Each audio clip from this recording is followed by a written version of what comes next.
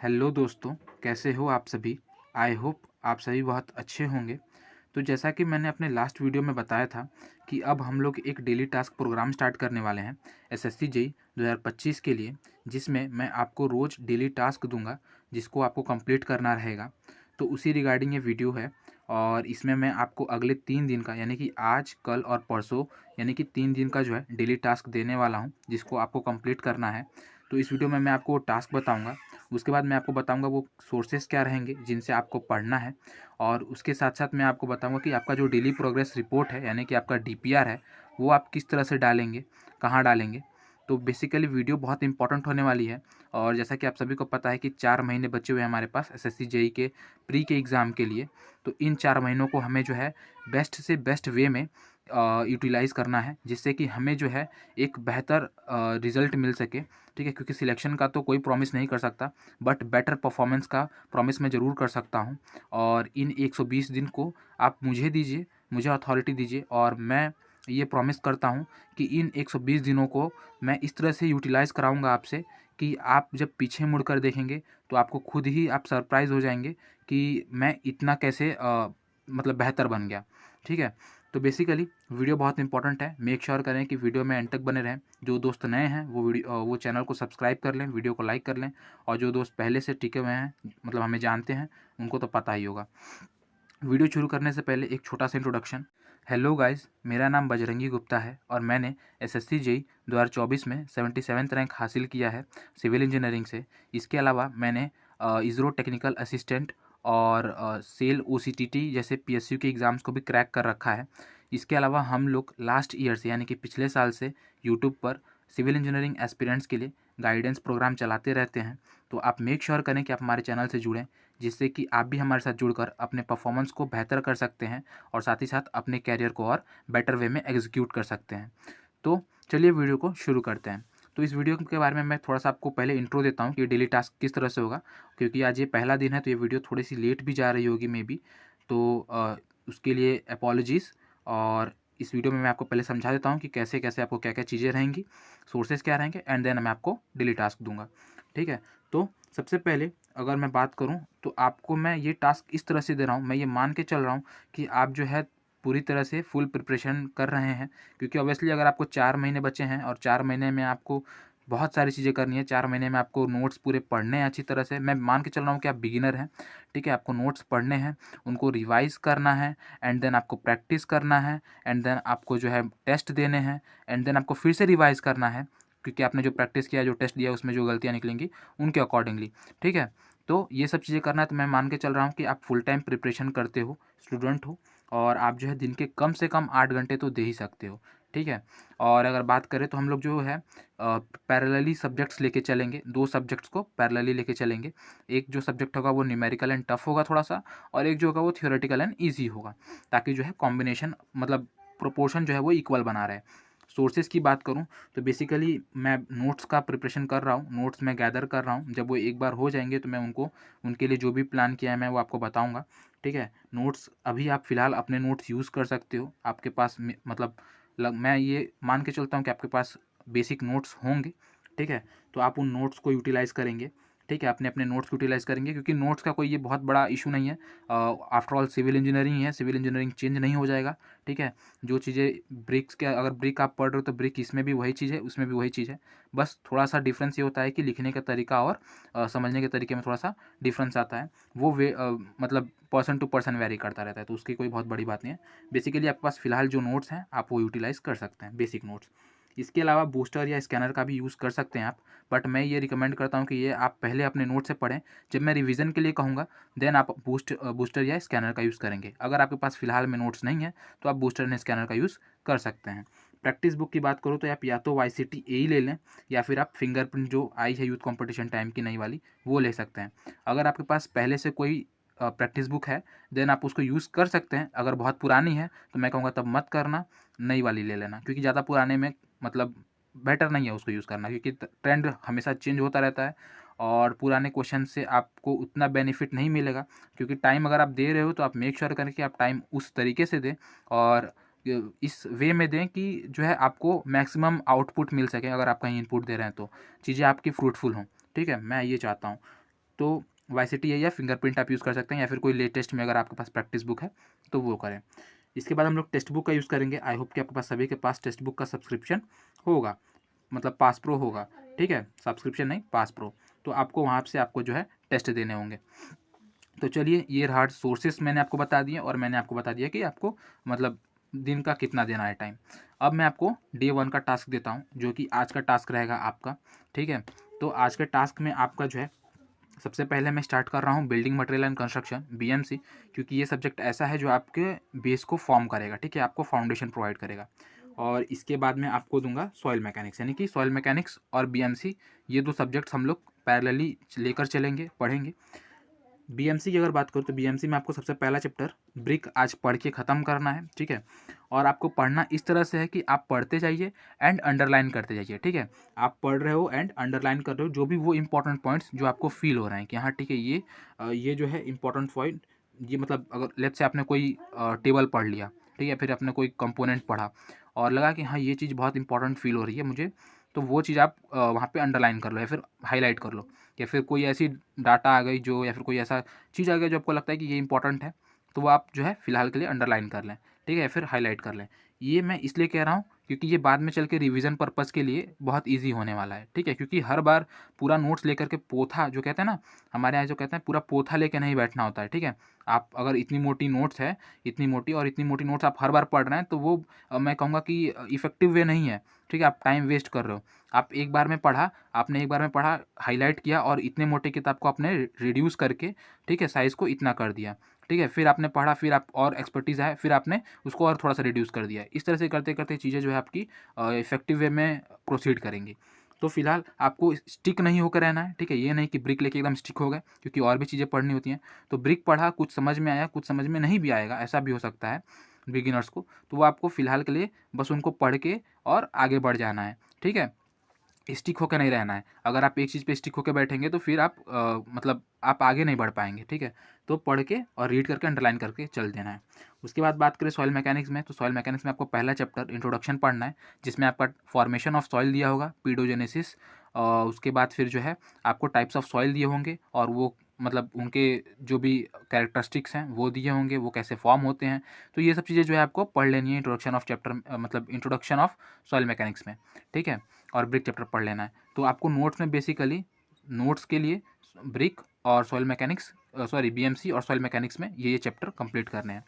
बात करें अगर प्रैक्टिस की, तो आप जो भी प्रैक्टिस कर रहे हैं, मैंने बुक्स के नाम तो बताए ही थे आपको, YCTA और फिंगरप्रिंट, या फिर अगर कोई और है आपके पास तो ठीक है, कोई इशू नहीं है। तो प्रैक्टिस आपको करनी है, यही दोनों अबव चैप्टर जो मैंने आपको यहाँ पे पढ़ने के लिए दिए थे, ठीक है।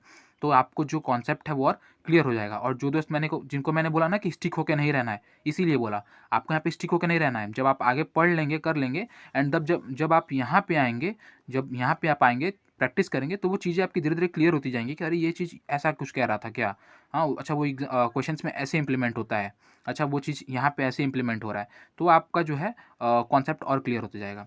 तो आपको स्टिक होकर नहीं रहना है। और फिर आपको टेक्स्ट बुक पे वो चैप्टर टेस्ट दे देना है। आज बस इतना ही दे रहा हूँ क्योंकि आज मैं ये वीडियो लेट दे रहा हूँ, ठीक है। लेकिन अगले दिन में मतलब डे 2 में आपके पास चीज़ें और थोड़ी सी बढ़ जाएंगी, ठीक है।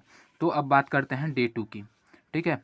डे 2 में टास्क 2 आपका नोट्स में आपको फिर से BMC एंड सॉइल मैकेनिक्स ये कंप्लीट करना है हमको।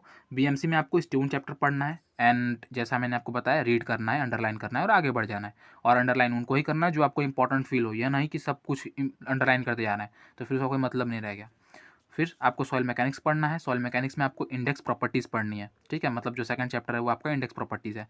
इंडेक्स प्रॉपर्टीज़ में आपको क्योंकि बहुत बड़ा चैप्टर है ना, तो पूरा चीज़ नहीं हो पाएगा एक दिन में, तो आपको आधी चीज़ें ही पढ़नी है। टर्मोलॉजीज़ पढ़ लेना है, वाटर कंटेंट क्या होता है, वॉइड रेशियो क्या होता है, पोरोसिटी क्या होता है, ये सब चीज़ें, ठीक है। ये सब चीज़ें पूरी पढ़ लेनी है। टर्मोलॉजी, वाटर कंटेंट कैसे निकालते हैं, 4-5 मेथड हैं वो पढ़ लेने हैं। यूनिट वेट कैसे निकालते हैं, 3-4 मेथड हैं वो पढ़ लेने हैं, ठीक है। और उसके बाद जो है अटरबर्ग लिमिट्स पढ़ लेने हैं, मतलब अटरबर्ग लिमिट्स तक आपको जो है कंप्लीट करना है, पढ़ना है, ठीक है, जितने भी टॉपिक्स हैं वहाँ पे, और रीड करके अंडरलाइन करते हुए जाना है। उसके बाद आपको प्रैक्टिस कर लेने हैं इन्हीं चैप्टर्स के। अब हाँ, एक चीज़ मैं आपको बता दूं, YCTA फिंगरप्रिंट अगर कोई यूज़ कर रहा है या फिर मतलब कर रहा है, तो उसमें बहुत क्वेश्चंस होते हैं, ठीक है। नंबर ऑफ़ क्वेश्चंस बहुत हाई होते हैं, ठीक है, नंबर ऑफ़ क्वेश्चंस बहुत हाई होते हैं। तो आपको ये देख के घबराना नहीं है कि अरे मैं तो पूरा कर ही नहीं पा रहा। आपको ये करना है कि देखो ये नंबर ऑफ क्वेश्चन तो बहुत हाई होते हैं, बट इसमें ना क्या बोलते हैं, मतलब रिपीटेड क्वेश्चंस बहुत ज़्यादा होते हैं, ठीक है। कुछ क्वेश्चंस रिपीटेड होते हैं, ठीक है, कुछ क्वेश्चंस बहुत अच्छे भी होते हैं, ठीक है, और कुछ क्वेश्चंस बेसिक होते हैं। तो देखिए आपको क्या करना है, आप क्वेश्चन सॉल्व कर रहे हैं तो आप एकदम पूरा तो नहीं कर पाएंगे, मैं ये मान के चलता हूँ कि आप पूरा नहीं कर पाएंगे, बट आप ठीक ठाक प्रैक्टिस कर लेंगे, ये मैं मान के चलता हूँ। ठीक ठाक मतलब कि अगर आप एक चैप्टर से, मैं कहता हूँ कि 100-150 क्वेश्चन भी कर ले रहे हैं तो वो ठीक ठाक क्वेश्चन मैं कहूँगा कि एक चैप्टर से, मतलब सॉइल मैकेनिक्स से, और फिर मतलब साइमल्टेनियसली स्टोन का भी वही, इन सेम केस। तो 100-150 क्वेश्चन मैं कह रहा हूँ, 100-150 क्वेश्चन मतलब क्या, अब ये 100-150 क्वेश्चन ये नहीं कह रहा कि मैं एकदम लाइन से आप कर रहे हो, 100-150 क्वेश्चन जंप कर करके, अब जंप कर करके मतलब कि लेट्स से मैंने ये मेरा YCTI का बुक है, ये मैंने क्वेश्चन छोड़ लिया यहाँ पे 1 2 3 करके ऐसे क्वेश्चन हमारे यहाँ पे हैं। तो मैंने पहला क्वेश्चन पढ़ा और ये अलग क्वेश्चन था तो मैंने इसको सॉल्व किया, फिर दूसरा क्वेश्चन पढ़ा, दूसरा क्वेश्चन और पहले क्वेश्चन का जो टाइप है वो सेम है, तो मैं दूसरे क्वेश्चन को क्या करूँगा, देख लूँगा, सॉल्व नहीं करूँगा, क्या करूँगा, इसकी सॉल्यूशंस को देख लूँगा, एनालिसिस कर लूँगा एंड आगे बढ़ जाऊँगा, ठीक है। क्योंकि हमें भाई 4 महीने हैं, हमें यहाँ पे PhD नहीं करनी, हमें इफेक्टिव वे में आगे बढ़ना है। तो पहला क्वेश्चन अच्छे से सॉल्व किया, सीख लिया, second question same type question है तो उसको देख के एनालिसिस कर लिया, है ना, बढ़िया से देख के एनालिसिस कर लिया, थर्ड क्वेश्चन सेम टाइप है छोड़ दिया, फोर्थ क्वेश्चन सेम टाइप है छोड़ दिया, फिर नया कुछ मिल गया तो पढ़ लिया, ऐसे करके पढ़ते जाना है। तो इस तरह से स्पीड थोड़ी बढ़ जाएगी और क्वेश्चंस को टिक मार्क करते जाना है, जो अच्छे क्वेश्चंस मिले उनको टिक मार्क करते जाना है, ताकि बाद में जब आप रिवीजन करें तो आपको फिर से वो सारे क्वेश्चंस ना करने पड़े, आपको सिर्फ वही क्वेश्चंस करने पड़े जो आपको नहीं आते थे या फिर जो अच्छे हैं, जो आपको फील होता है, जो आपको फील हो आप उन्हीं को टिक कीजिएगा, ठीक है। जो बेसिक्स हों उनको छोड़ दीजिएगा, बिकॉज वो तो आपने आप मतलब इसमें कर लेंगे, नोट्स में पढ़ेंगे ही, ठीक है, तो बेसिक्स वाले को छोड़ दीजिएगा।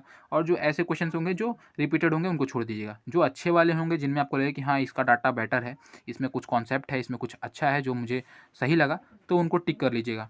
तो उससे ये होगा कि आपका आगे चल के रिविज़न करने में टाइम मतलब बचेगा, ठीक है।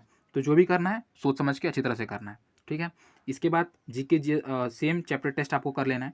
बात करूँ जीके जीएस की, तो भाई जीके जीएस में इसमें आपको रिवर पढ़ना है, जो कि ज्योग्राफी का पार्ट है, काफ़ी इंपॉर्टेंट पार्ट है, ठीक है। रिवर में आपको इंडस रिवर सिस्टम, ठीक है, गंगा रिवर सिस्टम और ब्रह्मपुत्र रिवर सिस्टम, यानी कि इन तीनों को आपको पढ़ लेना है, ठीक है। इन तीनों रिवर सिस्टम्स को पढ़ लेना है, ठीक है। और इतना ही आपको पढ़ना है टास्क मतलब टास्क 2 में, और इतने में आपका पूरा दिन चला जाएगा आराम से, इसमें कोई दो राय नहीं है।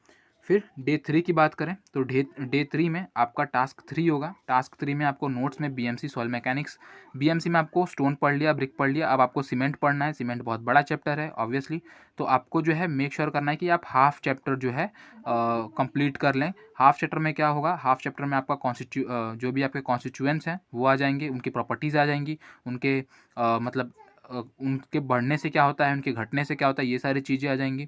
कुछ टेस्ट आ जाएंगे, कंसिस्टेंसी टेस्ट हो गया, ठीक है, ये सब चीज़ें हो गई। तो कुछ टेस्ट आपको पढ़ लेनी है और इतना ही, ठीक है। फिजिकल टेस्ट क्या होता है, केमिकल टेस्ट में आपको देख सकते हैं कि क्या क्या चीज़ें होती हैं। तो आपको बेसिकली हाफ चीज़ें कंप्लीट कर लेनी है। फॉर्मेशन ऑफ सीमेंट कैसे होता है, मतलब किस तरह से हम बनाते हैं, वो सब चीज़ें। सॉइल मैकेनिक्स की बात करें तो और हाँ, रीड एंड अंडरलाइन वाला चीज़ मत भूलना, रीड एंड अंडरलाइन करते चलना। सॉइल मैकेनिक्स में आप जो इंडेक्स प्रॉपर्टीज़ मैंने बताई थी, जो आपने यहाँ पे आधी पढ़ी थी अटरबर्ग लिमिट तक, वो आपको यहाँ पे क्या करनी है, कंप्लीट करनी है, ठीक है। और साथ ही साथ जो है प्रैक्टिस कर लेना है YCTI और फिंगरप्रिंट से। इसके बाद बात करें GKGS में, तो जो आपका रिवर चैप्टर है, जो मैंने आपको बोला कि इंडस और गंगा और ब्रह्मपुत्र, ठीक है, इंडस, गंगा और ब्रह्मपुत्र, इन तीनों को कल मतलब कंप्लीट करने के लिए, इसके बाद आप क्या करेंगे, इसके बाद जो आपके साउदर्न रिवर्स हैं, यानी कि जैसे कि आपका गोदावरी हो गया, ठीक है, कृष्णा हो गया और मतलब कावेरी हो गया, मतलब ये सब जो भी नदियाँ हैं, ठीक है, जो साउदर्न साइड की हैं, उनको कंप्लीट करना है, ठीक है। तो आपको उनको कंप्लीट कर लेना है डे 3 में। तो इस तरह से आपने जो है 3 दिन के टास्क होंगे और इस तरह से आप जो है एक अच्छा खासा पोर्शन कंप्लीट कर लेंगे। और इस हिसाब से अगर आप देखें तो इस हिसाब से आप जल्द ही जो है, बहुत जल्दी मतलब अपने सिविल इंजीनियरिंग को कंप्लीट कर लेंगे। और साथ ही साथ अब रिवीजन भी करना चालू करेंगे हम लोग धीरे धीरे, जब 2 सब्जेक्ट्स कंप्लीट हो जाएंगी तब। और रह गई बात रीजनिंग की, तो भाई रीजनिंग के लिए परेशान मत हो, रीजनिंग के लिए मैं प्रॉपर अप्रोप्रिएट टाइम आने पे बता दूंगा। तो ये था आज की वीडियो में। आई होप कि आपको वीडियो पसंद आया होगा। टास्क कंप्लीट करने के बाद DPR के लिए बात करें तो भाई DPR में आपको क्या करना है, आप एक काम करिएगा, आप इसी वीडियो के नीचे, ठीक है, इसी वीडियो के नीचे कमेंट में आके आप क्या कर सकते हैं, कमेंट करके बता सकते हैं कि डे वन का टास्क क्या हो गया, कंप्लीट हो गया। और आपने क्या क्या पढ़ा डे वन में, तो आपने बीएमसी में ब्रिक पढ़ लिया, सॉइल मैकेनिक्स में इंट्रोडक्शन पढ़ लिया, ये कंप्लीट कर लिया। फिर आप दूसरे दिन जब आपका डे 2 होगा और डे 2 का आपका टास्क कंप्लीट हो जाएगा, तो आपको आके क्या करना है, डे 2 में कमेंट कर देना है कि हाँ ठीक है मेरा डे 2 भी कंप्लीट हो गया। फिर इसी तरह से डे 3 का भी कर देना है। और इसके अलावा मैं आपको कम्युनिटी टैब भी डाल दूंगा, तो आप वहाँ पे भी डाल सकते हैं। लगी मतलब इसके साथ साथ आप हमारे साथ व्हाट्सएप ग्रुप में भी जुड़ सकते हैं, जिसका लिंक डिस्क्रिप्शन में दिया हुआ है। वहाँ जुड़ने से फ़ायदा ये है कि आपका एक हेल्दी एनवायरनमेंट क्रिएट होता है, आप और भी बच्चों से जुड़ेंगे, आपको पता चलेगा कि कंपटीशन कैसा है। साथ ही साथ आप वहाँ पे मिलकर एक दूसरे के साथ बहुत सारी चीज़ें सीख सकते हैं और हमारा इंटरेक्शन भी और बेटर वे में आगे चल सकता है। तो ये था आज की वीडियो में। आई होप कि वीडियो पसंद आई होगी। जो लोग नए हैं वो चैनल को सब्सक्राइब कर लें, और क्योंकि वीडियो थोड़ी बड़ी हो गई है तो यहीं पे वीडियो को एंड करते हैं। तो keep watching, keep learning, thank you.